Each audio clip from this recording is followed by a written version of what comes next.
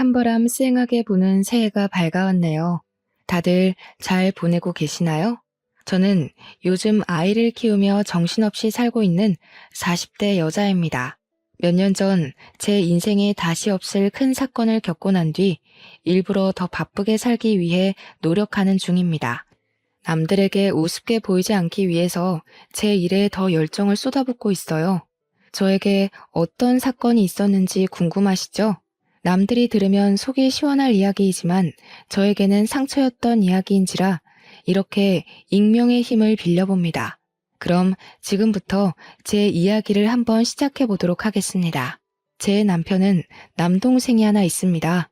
도련님이 어릴 적에 어머니께서 사고를 당해 돌아가시고 시부 혼자 남편과 도련님을 키워내셨다고 했어요.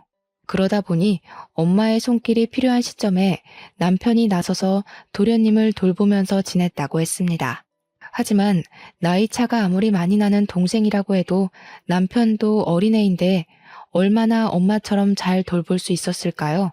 남자 셋이서 살다 보니 가사도 엉망진창이고 세심하게 챙겨줄 사람이 없다 보니 도련님이 학창 시절에 많이 엇나가고 그랬었다네요.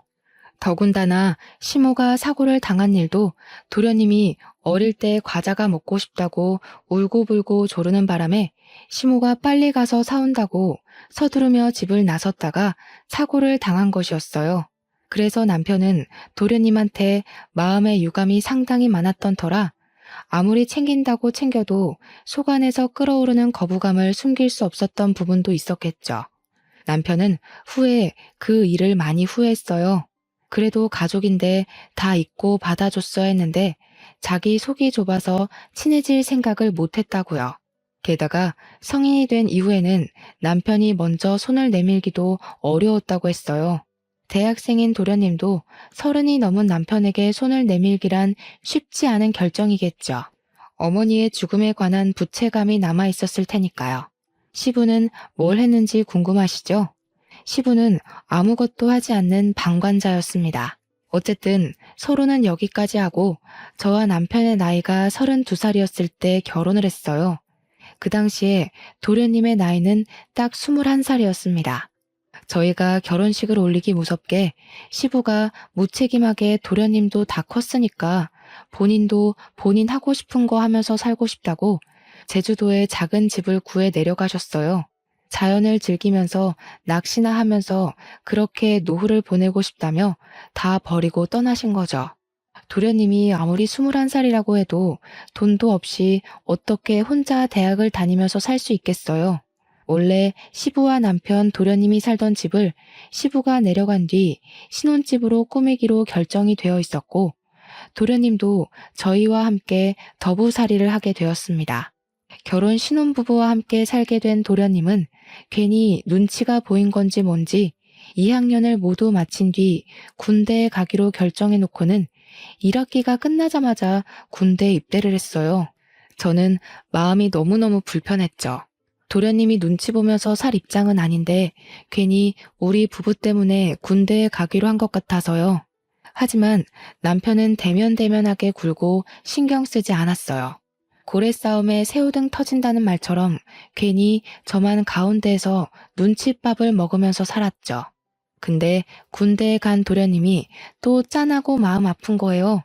형이라고 하나 있는 건 군대에 간 도련님 신경도 쓰지 않고 시부는 제주도에 있으니 면회 갈 생각도 전혀 없고요.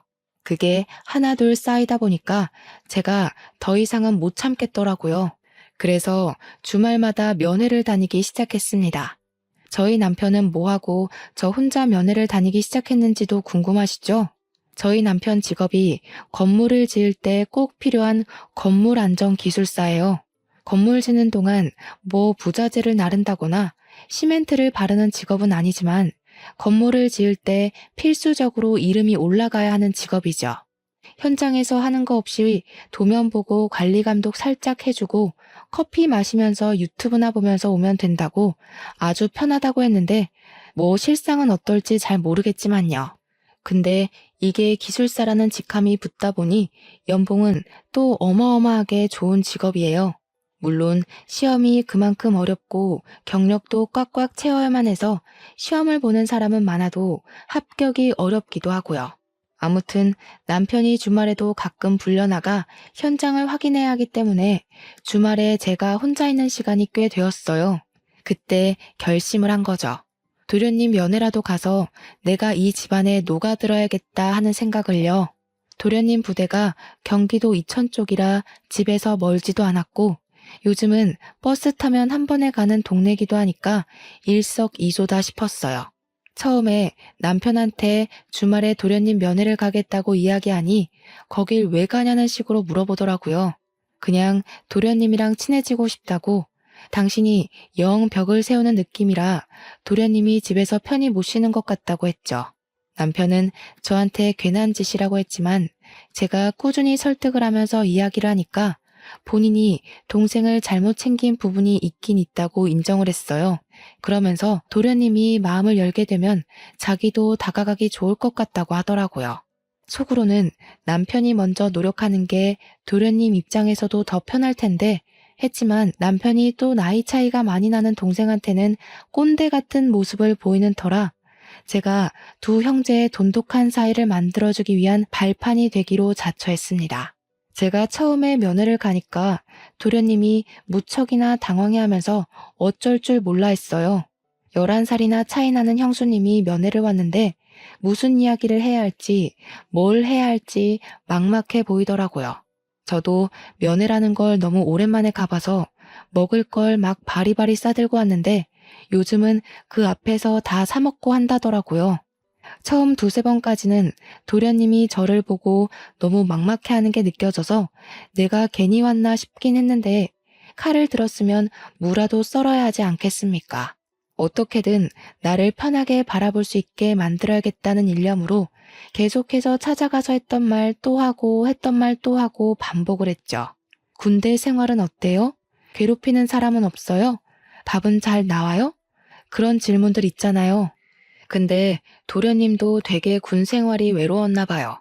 제가 자주 찾아가고 은근 말동무가 되어주니까 슬슬 자기 이야기도 하나씩 하고 군대에서 있었던 재밌는 일, 억울한 일 다 털어놓기 시작했어요. 대여섯 번째쯤 만남에는 멀리서 환하게 웃으면서 형수님 하면서 달려오는데 그때 딱 가슴에 뭔가 느껴지는 게 있는 거예요. 도련님에게 진짜 가족이 될 수 있겠다. 그런 마음이요. 그전까지는 저를 불편해하는 마음이 컸다면 이제는 저의 면회를 기다려온 사람처럼 굴어주니까 저도 되게 뿌듯했어요. 나이 차이 11살이 무색하게 은근 대화도 잘 통하고 친해질 수 있는 이야기거리가 많더라고요. 특히 연애 상담이 세상에서 제일 재밌는 거 아시죠? 도련님의 그동안 연애사를 쭉 들으면서 얼마나 재미있었는지 몰라요. 연애하는 그 시간이 너무 짧게 느껴질 정도였어요. 처음에는 시간 언제 가나 계속 시계만 쳐다봤는데 나중에는 벌써 가야 돼? 할 정도로 시간이 순식간에 지났죠. 도련님도 군대라는 외딴 섬에서 지내면서 의지할 곳이 필요했었던 것 같아요. 남편도 시부도 도련님의 의지처가 되지 못하니까 제가 되어주겠다고 마음먹은 거고 도련님은 그걸 받아주었고요. 처음에는 휴가 나와서도 친구네 집에서 지내겠다고 인사만 하고 쓱 사라지곤 했는데 저랑 친해지고 나서부터는 달라졌어요. 집에 들어와서 시간을 보내고 저랑 술도 한잔하면서 못다한 이야기들을 나누기도 했어요. 남편은 그런 도련님의 변화에 매우 놀라워하면서 은근슬쩍 같이 엉덩이 붙이고 앉아서 이야기를 나누기도 했습니다. 도련님도 남편을 어색해하면서도 저라는 교차점이 있으니까 둘 다 슬슬 마음을 열기 시작했고요. 제대를 앞두고 휴가를 자주 나오기 시작한 시점부터는 정말 다른 형제들과 다름없이 둘이 장난치고 노는데 너무 벅차올랐어요. 결혼 처음 할 때 그 어색했던 공기가 무색할 만큼 웃음이 끊이질 않는 집안이 되었거든요. 하루는 도련님이 조금 과하게 술을 드시는 것 같더니 서로 울면서 지난 이야기를 하는데 제가 얼마나 짠했는지 몰라요. 속내를 다 털어놓고 나니 홀가분해 보이긴 했는데 그 이야기들은 절대 가볍지 않은 이야기였어요. 남편은 시모가 그렇게 허망하게 세상을 뜬 것이 동생 탓이 아닌 걸 알고는 있었지만 원망했었다고 이야기를 했고요. 도련님도 꼭 자기 탓인 것만 같아서 매번 마음의 짐이었는데 형까지 자기를 대면대면하게 굴고 싫어하는 티를 내니 그게 너무 힘들었다고 했습니다. 서로 마음속 깊이 자리 잡은 앙금을 털어내는데 제가 다 눈물이 나더라고요. 남편과 도련님도 울면서 서로 이야기를 하는데 결국 다 같이 울면서 새로운 화합을 다지게 되었습니다. 물론 다음날 술이 깨고 어색한 공기가 잠시 흐르긴 했지만 남편이 먼저 도련님을 꽉 안아주면서 서로를 이해하고 존중하는 사이로 발전되게 되었어요. 물론 남편은 그 발판에 제가 있음을 인정하고 저한테 참 많이 고마워했습니다. 그렇게 도련님이 군대에서 만기 전역을 했고 복학까지 하게 되었습니다. 알고 보니 우리 도련님이 학창 시절에 노는 친구들이랑 어울린 것 치고는 공부를 꽤 잘했더라고요. 학업에 집중해야 할 시기에 아르바이트를 하면서 시간을 헛되게 쓰는 건 아닌 것 같다는 저의 말에 남편도 며칠을 고민하다가 도련님을 불렀어요. 남편의 연봉이 또래에 비해 무척 높기도 했고 동생을 생각하는 마음을 가지니 도련님의 대학 생활을 책임져 주고 싶은 마음이 들었던 거죠. 저는 물론 찬성했습니다. 도련님이 공부도 하면서 일도 하고 그러다가 두 마리 토끼를 다 놓치는 건 싫었거든요. 도련님은 남편의 그런 마음에 고마워하면서도 은근히 본인이 나중에 취직하면 다 갚아내기를 원했어요. 하지만 남편은 딱 잘라서 동생을 위해 이 정도 돈은 쓸 수 있다며 걱정하지 말고 학업에 집중하라고 이야기를 했습니다. 저도 웹디자이너로 일을 하고 있었기에 상대적으로 여유가 있었어요. 물론 어느 회사에 취직해서 고정적인 월급을 받으며 일하는 게 아니라 프리랜서로 일하면서 건당 얼마씩 가격을 책정받아 재택근무를 하는 처지라 매달 고정적인 수입이 있다기보단 들쑥날쑥한 처지긴 했어도 그래도 중소기업에 다니는 웹 디자이너들 가까이 돈을 벌었거든요. 집에서 도련님을 챙기면서 금전적으로 도움도 줄 수 있으니 가족들 사이는 점점 끈끈해졌죠. 그러다가 제가 드디어 임신을 하게 되었습니다. 제 임신 소식을 남편이 제일 먼저 알긴 했지만 남편보다 도련님이 훨씬 더 좋아하셨던 것 같아요. 눈물을 글썽거리면서 드디어 조카가 생긴다고 조카를 위해서 뭐든 다 해줄 수 있다며 저를 얼싸안고 기뻐했죠. 그 모습을 보던 남편이 누가 남편인지 헷갈린다며 헛웃음을 칠 정도였습니다. 저는 남편과 도련님의 극진한 대접을 받으면서 임신 기간을 보낼 수 있었습니다. 제가 남편이 살던 집에서 신혼집을 꾸미게 되면서 딱 한 가지 그동안 마음에 걸렸던 게 있었어요. 그게 바로 방의 크기였습니다. 시부가 쓰던 안방을 리모델링하면서 저희 부부가 쓰게 되었고 두 번째로 큰 방이 남편 방이었는데 그걸 남편이 서재로 이용하고 있었거든요. 도련님은 제일 작은 방을 사용하고 있었는데 그 방 크기가 좀 창고처럼 작은 크기였었어요. 아무래도 남자고 공부도 하는 학생인데 방 크기가 너무 작아서 고민이었거든요. 그동안은 군대에서 생활하느라 집에 붙어 있을 시간이 별로 없어서 괜찮겠거니 했지만 이제 복학도 했고 집에서 보내는 시간이 많은데 방이 너무 작더라고요. 남편은 서재로 쓰던 본인의 방을 정리하고 아기 방으로 꾸미자고 했어요.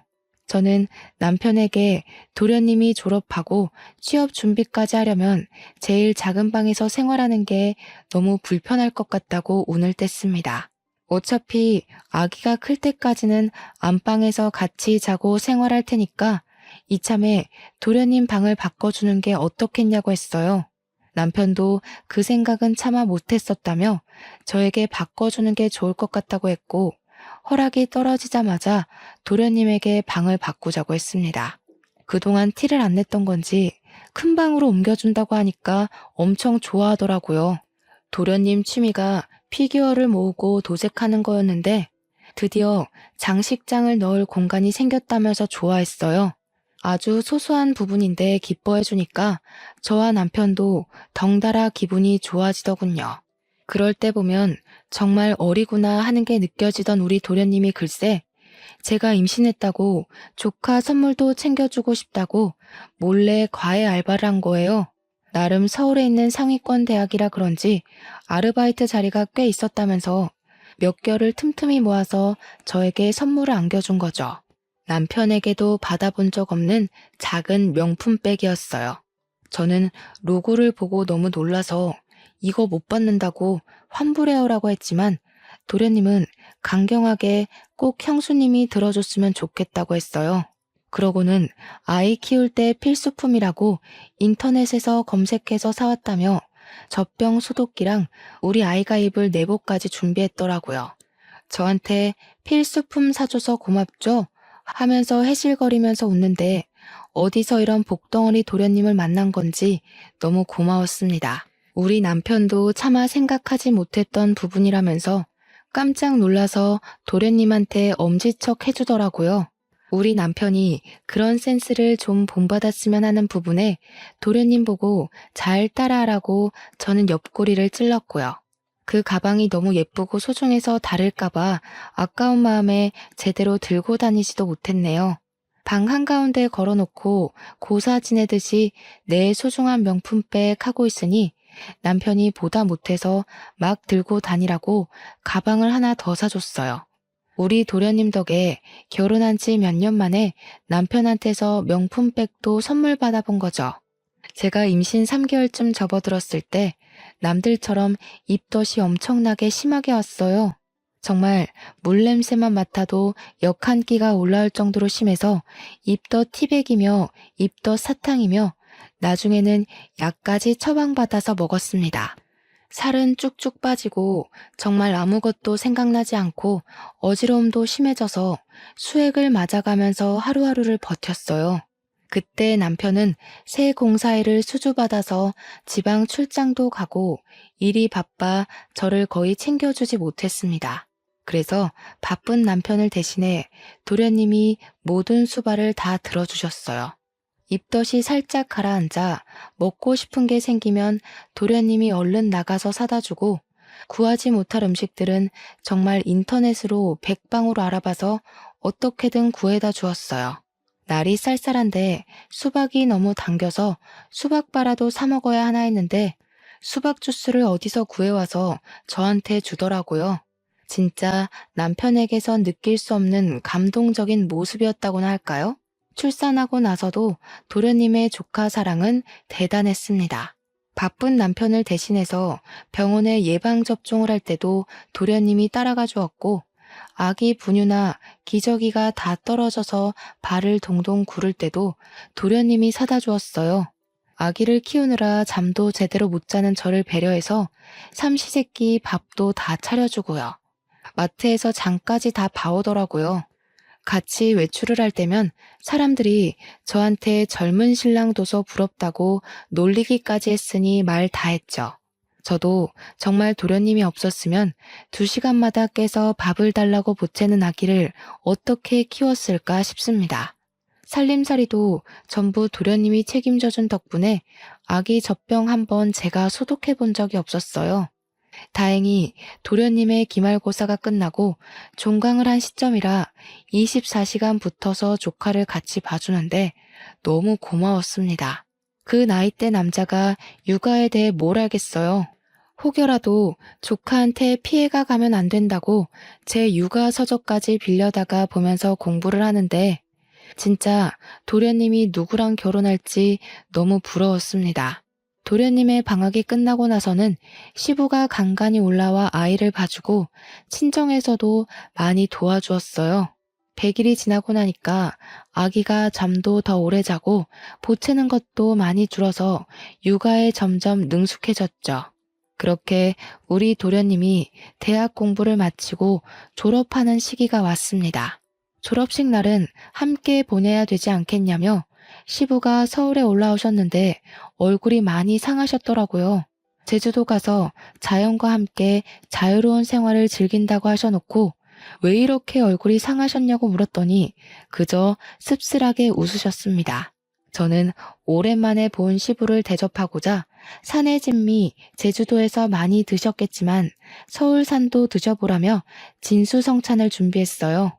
도련님이고 남편이고 아이 키우느라 바쁜데 별걸 다 한다고 은근 타박하는 말을 하면서도 차려진 음식을 정신없이 먹더라고요. 근데 정작 우리 시부가 음식을 제대로 드시지 못하시는 겁니다. 그래서 왜 이렇게 못 드시냐고 속상하다고 했죠. 그제야 시부가 할 말이 있다면서 사실 몸이 좀 안 좋다고 이야기를 하시는데 너무나도 충격적이었어요. 남편도 도련님도 입을 떡 벌린 채 시부가 하는 이야기만 듣고 있었습니다. 살아갈 날이 얼마 안 남은 것 같다면서 그래도 손주는 보고 갈 수 있으니 얼마나 다행이냐고 웃으시는데 눈물이 왈칵 쏟아질 것 같았어요. 제 손을 꼭 잡으시면서 며느리 덕분에 아들들이 사이좋게 지내는 모습 마지막으로 눈에 담고 갈 수 있다며 그동안 마누라 잃은 슬픔에 아들들도 제대로 챙기지 못했다고 저한테 고생했다고 하시는데 눈물바다가 되더라고요.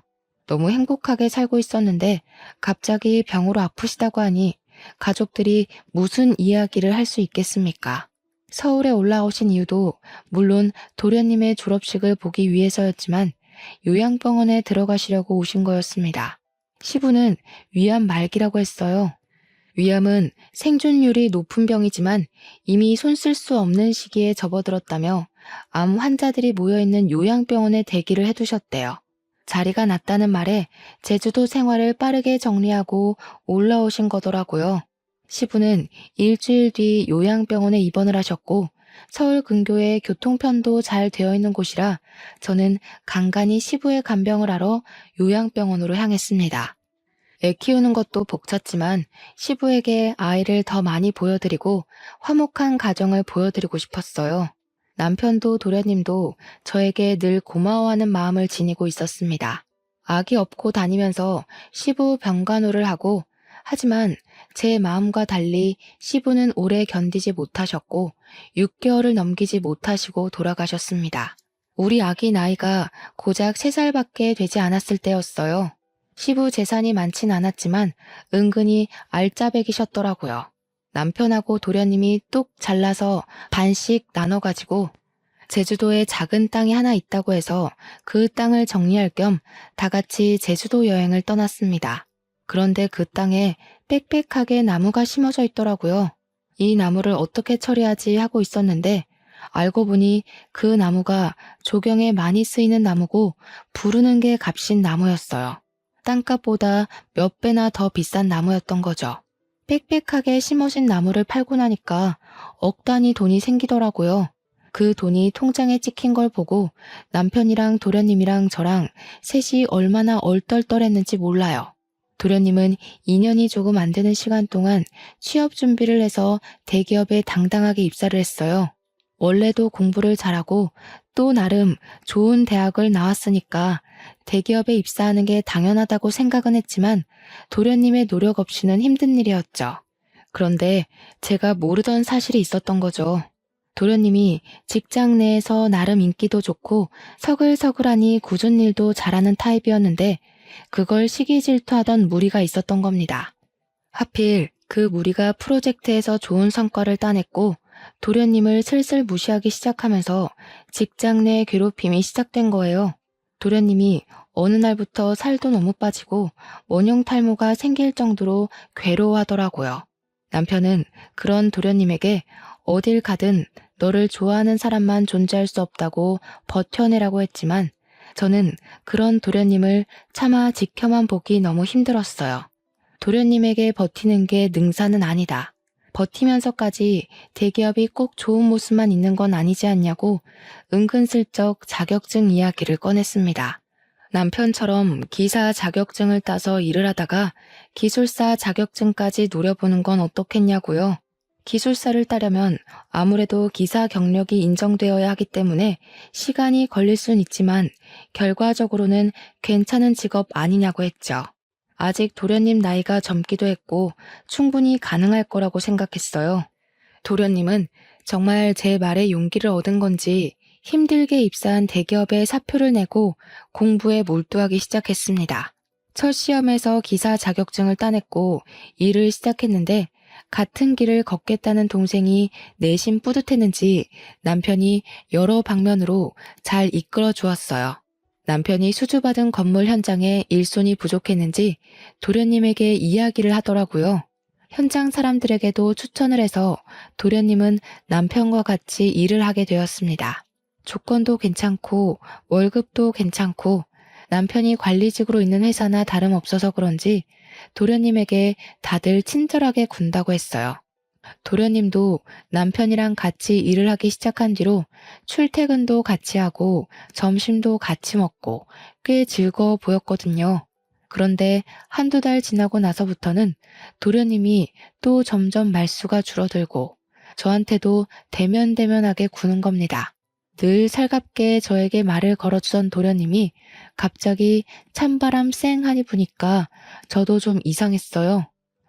혹시 직장 내 괴롭힘이 옮긴 회사에서도 있는 건가 싶기도 했고 남편이 관리직이니까 저한테 말을 못해서 저러나 자꾸 눈치를 보게 되더라고요. 저를 피한다는 느낌이 딱 들었는데 곰곰이 생각해보니까 또 이상한 거예요. 직장 내 괴롭힘이 이유라면 굳이 저를 피할 이유가 있을까요?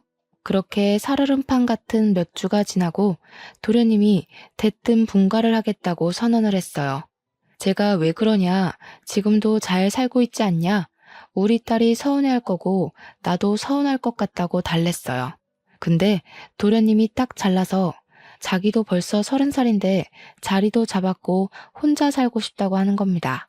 우리 딸이 몇 년 더 지나서 초등학생이 되면 다 큰 삼촌이랑 같이 사는 것도 불편할 것 같다고 하고 딸은 아직 어리니까 삼촌이랑 못 노는 거냐고 울고불고 하는데 도련님 입장을 생각해보면 우리 딸이랑 놀아주느라 주말에도 못 쉬고 하니까 도련님 생각을 하면 자취하는 게 낫겠다 싶더라고요.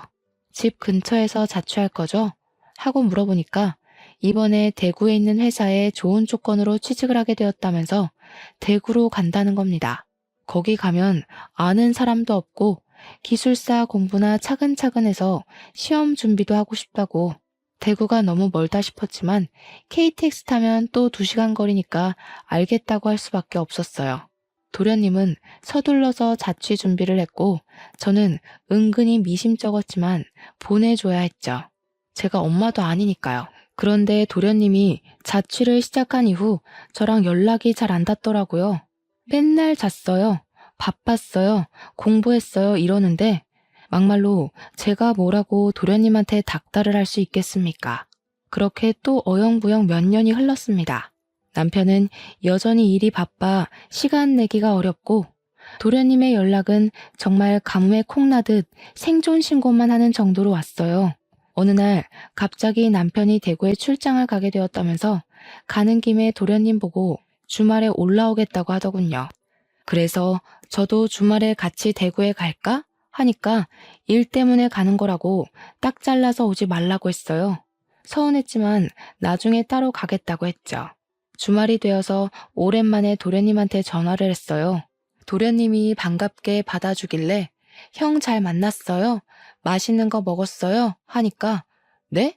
하고 대답을 하는데 느낌이 딱 쎄한 거예요. 우리 남편이 대구에 간 사실조차 모르는 그런 느낌이 났다고 할까요? 그래서 도련님, 우리 남편 안 만났어요? 도련님 본다고 대구 갔는데? 하니까 도련님이 무척 당황했어요. 아, 이러면서 대답을 못하는데 뒤통수 팍 맞은 느낌이 나더라고요. 도련님 뭐 알고 있는 거 있냐? 나한테 다 말해달라 하니까 자긴 아무것도 모른대요. 그냥 형이 대구 오는 것도 잘 몰랐다고 일이 바빴어야 하는데 누가 봐도 도련님이 변명하는 느낌이 들었습니다. 그래서 저는 남편이 바람이 났구나 하는 걸 직감적으로 느꼈어요. 그때부터 재택근무하고 있던 웹디자인 일도 눈에 들어오지 않고 아이가 밟히지도 않더라고요. 그래서 일단 남편이 집으로 돌아오고 뻗어서 자는 동안 남편의 휴대폰을 뒤지기 시작했습니다. 그런데 너무 깔끔하게 다 삭제가 되어 있더라고요. 문자며 카톡이며 SNS며 있는 게 하나도 없더라고요. 제일 수상한 게 뭔지 아세요? 카드사 결제 문자까지도 하나하나 다 지웠다는 겁니다. 그래서 저는 남편이 집에서 사용하는 컴퓨터에 공인인증서가 깔려 있다는 걸 기억해냈어요. 남편이 쓰는 아이디랑 비밀번호가 모두 통일되어 있었거든요. 그래서 카드사 홈페이지에 접속을 해서 명세서를 확인하기 시작했습니다. 정말 무슨 정신으로 그걸 일일이 프린트했는지 모르겠네요. 대구에 출장 간다고 한 날도 경기도에 있는 호텔에서 카드를 사용한 흔적이 발견되었고요. 모텔, 호텔, 영화관 이런 내역들이 막 있더라고요. 손이 부들부들 떨리고 목구멍에서 불이 나올 것 같았습니다. 저는 바로 도련님에게 전화를 걸어서 솔직하게 모조리 다 털어놓으라고 했어요. 나 다 알게 되었다고, 남편이 호텔 가고 바람 피우는 거 다 찾아냈다고 하니까 도련님이 한숨을 푹 쉬더라고요. 그제야 모든 걸 다 털어놓는데 남편이 정말 개자식이었습니다. 도련님이 남편이 소개해준 업체에서 일할 때 거기에 있던 경리랑 이상한 낌새가 있다는 걸 눈치를 챘대요. 혹시나 하고 남편을 떠보니까 둘이 바람난 게 맞았고 화도 내고 싸우기도 했다고 했습니다. 그랬더니 남편이 정리할 거라고 했다며 대신 자기가 동생에게 바람 피운 걸 들킨 게 수치스럽다고 집에서 나가라고 했답니다. 얼굴 볼 때마다 그 경리가 생각날 것 같다고. 그러면 형수한테도 죄짓는 기분 아니겠냐? 가정에 충실할 수 있게 나가 살아달라고 했대요. 저한테 말은 못하고 티도 못 내고 전전긍긍하다가 결국 저를 피하게 됐고 집도 나가 살게 되었다고 했습니다. 아직 정리 못한 것 같다고 혹시 그 격리 사진 있냐고 하니 도련님이 이직할 때 쫑파티하면서 찍은 사진이 있다고 보내줬어요. 아주 어린 여자더라고요. 참나. 그러면서 도련님이 형이랑 이혼하실 거예요? 하고 물어보는데 바람났는데 어떻게 같이 살 수 있겠냐고 했어요. 그러니 차라리 잘 됐대요. 이혼하겠다고 형수가 마음먹었으니 자기도 마음 한결 가벼워졌다면서 바람 잡으러 같이 가자고 하더라고요. 그래서 저는 그때부터 작전을 짰어요. 은근슬쩍 남편한테 주말에 또 출장 가? 하면서 이번 주에는 내가 도련님한테 다녀올까 해 하고 집을 비울 거라고 언지를 줬죠. 그러니 남편이 신나서 저한테 대구 구경도 하고 포항도 가까우니까 바다 구경도 하고 오라고 이야기를 하더군요. 아기도 데려가서 오랜만에 삼촌이랑 만나게 해주라고 막 등 떠밀길래 알겠다고 했어요. 저한테 며칠 다녀올래? 하는데 너무 속 보이잖아요. 그냥 알겠다고만 하고 주말이 다가와 배웅하는 남편에게 웃어주고는 친정에 애를 맡겼습니다. 서울역으로 가서 도련님을 만났는데 도련님이 차를 렌트해 왔더라고요. 집 앞에 잘 안 보이게 주차를 해두고 그 여자가 들어가나 남편이 나오나 눈에 불을 켜고 보고 있는데 남편이 아주 번쩍번쩍하게 차려입고 머리에 무스까지 바르고는 나오더라고요. 남편의 차를 뒤쫓아가면서 틈틈이 사진도 찍고 동영상도 찍어서 증거를 남겨주었습니다. 도착한 곳은 영화관이었고 여자를 만나더라고요. 사진 속 그 경리가 맞았습니다. 도련님도 맞는다고 했고요. 영화관에서 나와 호텔에 가는 것만 제대로 동영상을 찍으면 되겠다 싶었는데 이 미친 것들이 우리 집으로 들어가지 뭡니까? 그런데 우리 집이 아파트가 아니라 옛날식 주택이라서 세탁실로 향하는 외부 계단이 따로 존재했어요. 혹시 몰라 열쇠를 늘 들고 다녔는데 그날 때마침 쓸 날이 온 거죠. 그쪽 가서 문을 살짝 열고 주방 쪽이랑 연결된 세탁실이라 몸을 숨기고 거실 소리를 듣고 있었습니다. 남편이랑 상간녀가 신나서 떠들고 있더라고요. 우리 진짜 호텔 안 가도 돼? 집에 있어도 돼? 나 너무 불안한데. 너 우리 집 와보고 싶어 했잖아. 마누라 대구 가서 오늘 안 들어올 거니까 너무 걱정하지 마라. 와이프 그 도련님이랑 바람난 거 아니야? 차라리 그랬으면 좋겠다. 이 집에 내가 들어와 살면 딱인데. 자기랑 나랑 너무 늦게 만났어. 제가 진짜 말도 안 되는 소리에 몸을 부들부들 떨면서 화를 참고 있는데 도련님이 완전 프로처럼 그 모든 걸 다 동영상으로 녹화를 하고 있더라고요. 든든한 마음에 저도 더 참아서 결정적인 증거를 잡아야겠다고 생각했습니다. 근데 자기 동생이 우리 불륜인 거 눈치챘다고 안 했어? 오늘 가서 말하면 어떡해? 그럴 일 없어. 걔 대구 간 게 우리 불륜 알게 돼서였잖아. 내가 너네 형수 가슴 아프게 하고 싶지 않으면 입 다물어라 그랬거든. 너랑 정리할 거니까 시간도 좀 줘라. 대구 가서 살아라 하니까 군소리 없이 가더라. 병신. 근데 왜 그렇게 자기 말을 잘 듣는 거야? 뭐 죄진 거 있어? 내 동생이 우리 엄마 잡아먹었거든. 엄마 죽고 그 부채감이 남아있겠지 뭐. 이미 예전 일이라 신경도 안 쓰는데 혼자 눈치 보는 게 좀 편하게 이용해 먹기 쉬워서 내버려 뒀지. 거기다가 지 형수한테는 또 끔찍하게 잘해요. 그 말에 도련님 얼굴이 시퍼렇게 질리면서 정말 부들부들 하는데 바람난 남편은 제 남편인데 상처는 도련님이 다 받는 느낌이었습니다. 우리 도련님 불쌍해서 눈물 날 것 같고 제가 결국엔 못 참고 뛰쳐나갔습니다. 야, 이 망할 것들아. 제가 소리를 지르면서 달려가자 남편이랑 상간녀랑 둘 다 으악하면서 귀신 본 것처럼 놀래는데 도련님이 뒤따라 나오면서 동영상을 계속 찍고 있었어요. 남편은 놀래서 이게 다 무슨 짓이냐고 오히려 소리를 치는데 제가 콧방귀를 끼면서 말했죠. 무슨 짓은 너네들이 하고 있는 거 아니니? 이 후레자식이야. 어디 이딴 추잡한 짓은 다 하면서 애먼 사람 마음을 들먹여서 협박을 해. 그러면서 제가 다 쳐죽일 년놈들이라고 소리를 지르며 잡히는 대로 물건을 막 집어던지기 시작했습니다. 남편은 그 와중에 저한테 진정하라는 둥 말도 안 되는 소리를 짓거리고 있고 상간녀는 슬금슬금 눈치 보면서 현관문 쪽으로 가더군요. 시부가 남겨준 집에서 가족 사진이 저기 떡하니 걸려있는데도 바람이 피고 싶은 건지 아니면 바람을 피우고 있기 때문에 눈에 보이는 게 없는 건지 정말 저는 남편에게 이 집에서 전현이랑 뭘 하려고 했냐고 막 추궁했어요. 남편이랑 상간녀 둘 다 아무 말도 못하고 뻘뻘 땀만 흘리고 있더라고요. 정신 나간 것들. 다 죽어서 지옥에나 떨어지라고 저주를 막 퍼붓고 실성한 사람처럼 고래고래 소리를 질러댔죠. 그러니 도련님이 저를 딱 붙잡더라고요. 형수님, 증거 다 모았어요. 걱정 마시고 너무 화내지 마세요. 제가 진짜 우리 도련님 없었으면 어쩔 뻔했어요. 하나뿐인 형이라고는 저 모양 저 꼴로 살고 있고 남편은 동생의 죄책감 교묘하게 이용해서 바람을 피우는 게 말입니까 정말? 현관문 앞에 서서 눈치만 보고 있던 상간녀는 제가 당장 꺼지라고 집 나가라고 소리를 치자마자 불이 나게 도망을 쳤습니다. 남편도 뒤따라서 나가려고 하는데 도련님이 목덜미를 콱 잡더라고요. 아니, 형 집은 여긴데 형이 가긴 어딜 가? 그러자 남편이 막 제 눈치를 보고 도련님 눈치를 보고 아무 말도 못하고 하는데 도련님이 카메라를 남편에게 쓱 들이밀었어요.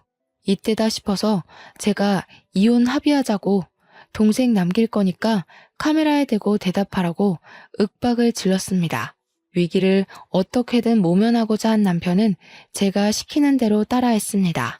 양육비는 매달 200만 원씩 주겠습니다.